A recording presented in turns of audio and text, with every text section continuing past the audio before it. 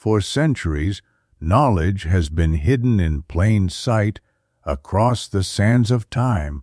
Whispers of lost civilizations, cryptic symbols, and forbidden histories have been erased or concealed. What if the truth was never lost, but hidden?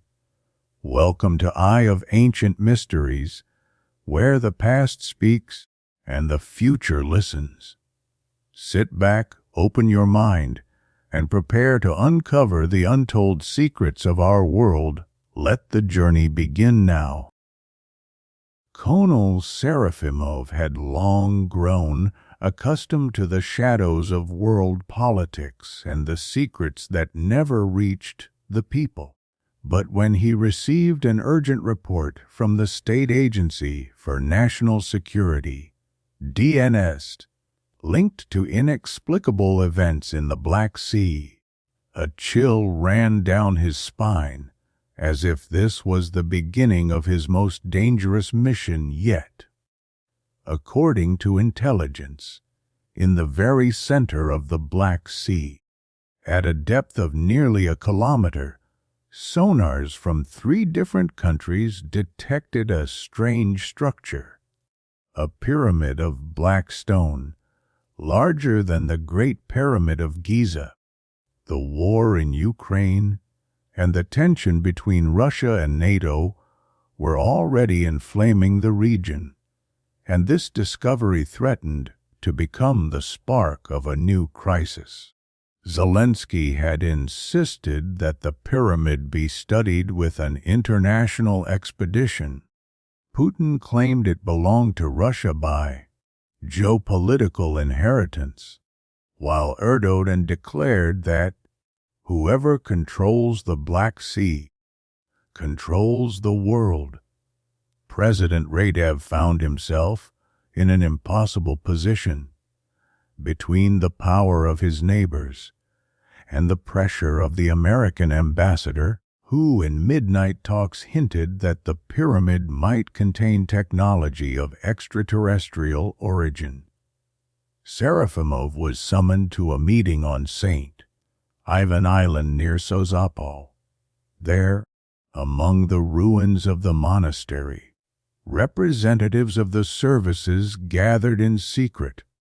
It was there that he met Lieutenant Denitsa Stoyanova, a young officer from the Department for Cybersecurity and Paranormal Phenomena in DANS.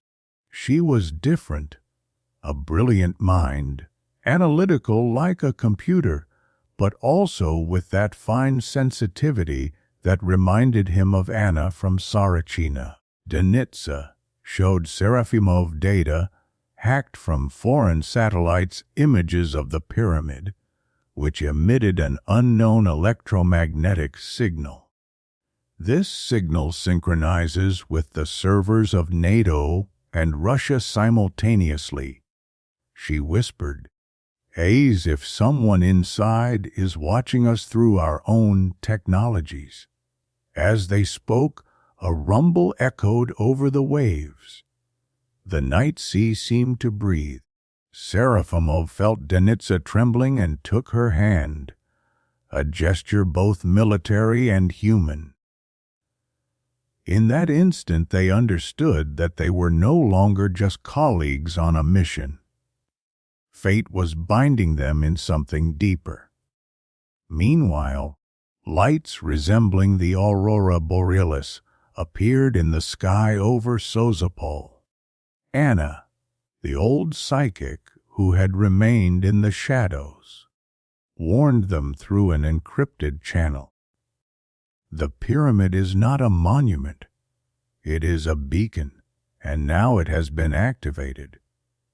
But if the beacon was not calling ships, but other beings, Serafimov and Denitsa knew that a choice awaited them: to allow the politicians to turn the discovery into a weapon, or to keep the secret and risk facing alone whatever was awakening at the bottom of the Black Sea.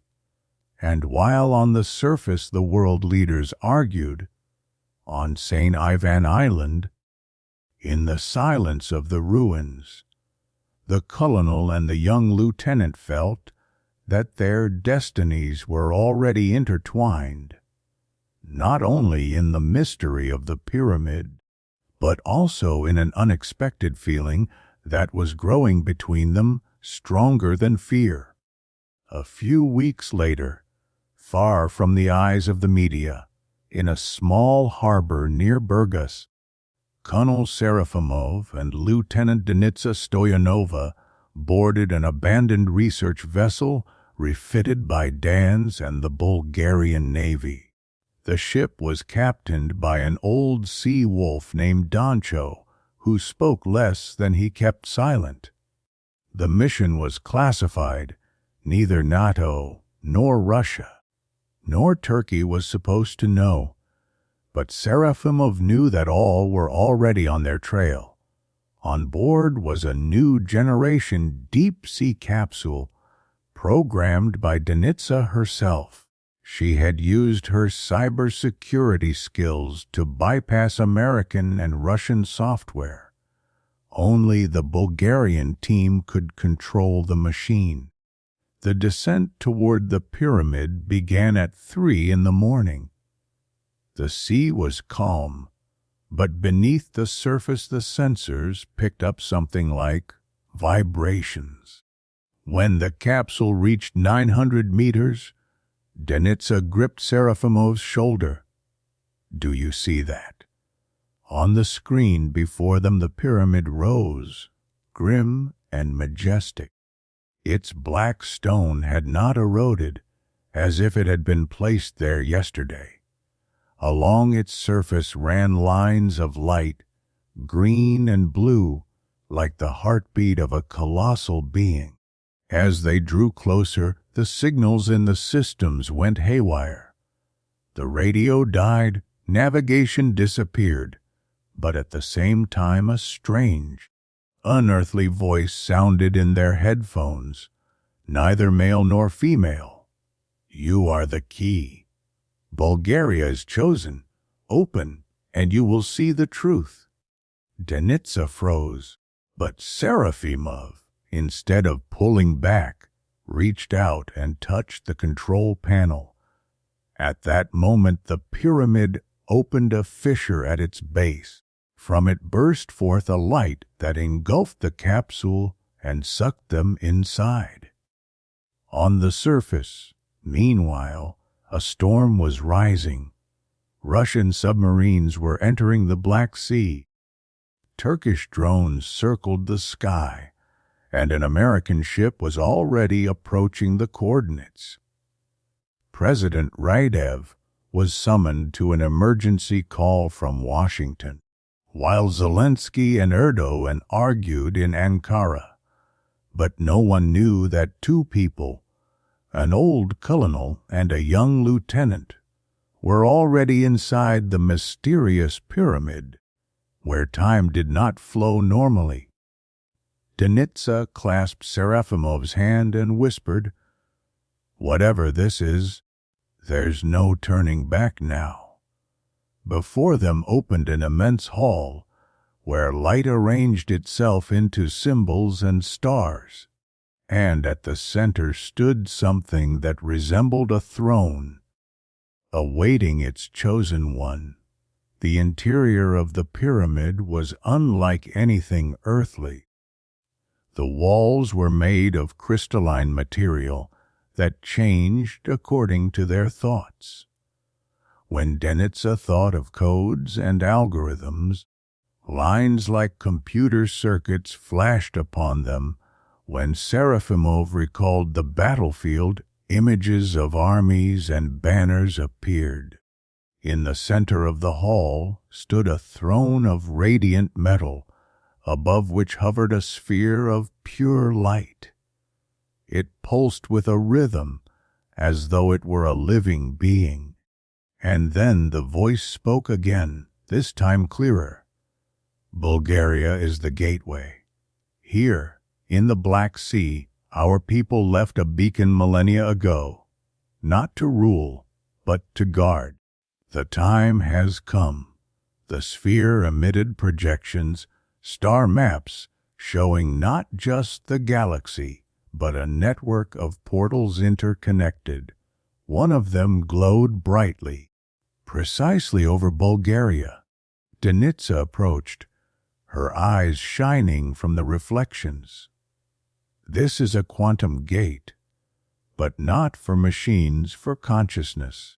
They want the people who are ready to pass through. Serafimov, though a hardened soldier, felt a strange peace within himself. Wars, politics, the intrigues between Putin, Zelensky, Erdogan, and America, all seemed small against this cosmic horizon. In the same moment the projections changed. They showed scenes from Bulgarian history. Thracian priests, Khan Asparu, mystical rituals at Belintash, Lyudmila Zhivkova touching a book with glowing letters. Everything connected in a single thread, a small land, but key to the fate of the planet. Denitsa touched the sphere. Suddenly their bodies seemed to dissolve. Only consciousness remained. They flew through worlds, saw civilizations older than anything known, and the voice said, "If you choose to guard, you will receive knowledge. If you choose to rule, you will destroy the world. You too are chosen to decide the fate of your people." Denitsa and Serafimov looked at each other. Between them there was no longer only mission and duty. There was trust and something deeper, slowly becoming love. On the surface the storm raged. Submarines and ships drew near to the coordinates. World leaders exchanged threats and ultimatums. And deep beneath the waves, in the heart of the pyramid, two people stood before a choice that would decide not only Bulgaria's future, but the balance of all humanity. In the heart of the pyramid, time itself seemed to have stopped. The sphere of light kept pulsing, but it no longer appeared like a cold artifact. It felt as though it was listening, waiting. Serafimov looked at Denitsa. In her eyes he saw a mixture of faith, fear, and determination. He realized that all the years he had spent in battles and secret missions suddenly faded in the face of a simple truth. Here and now stood someone for whom he would sacrifice everything. "All my life I've fought," he whispered. "But I've never believed that something stronger than weapons could change the world." Denitsa smiled softly, though her voice trembled. "Maybe that's exactly what they want to show us, that love and trust are the key, not fear and ambition."